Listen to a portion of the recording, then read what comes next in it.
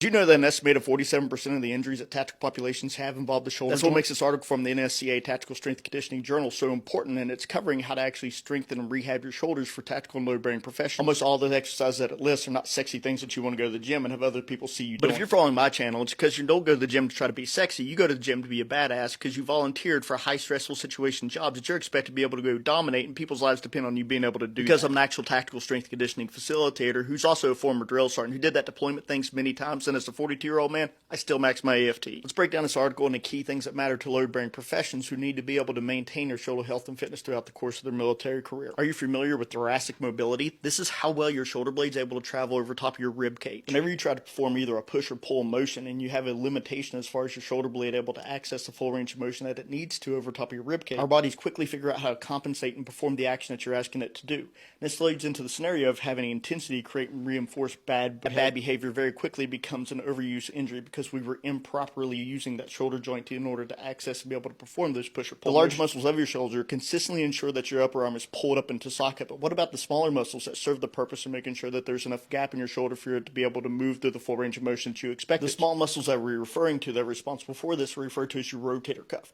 and their key responsibility is to make sure that there's enough gap in your shoulder for it to be able to move and control where your elbow is at in space. Sure, your training program has time set aside to address your rotator cuff strength. These type of exercises don't involve moving heavy weight, but rather controlling the weight that you're expected to be able to move. Lastly, don't accept chronic pain. Pain is protective. Pain is your body letting you know that there's something happening at the joints that requires your attention. If you find yourself in a real world scenario and you have to drive through pain in order to accomplish a mission, that's most likely going to be acceptable. But if you're in a training environment and you have chronic pain, then you need to stop and make sure that pain is addressed. It's your body and it's your career, but remember that chronic pain doesn't go away on its own.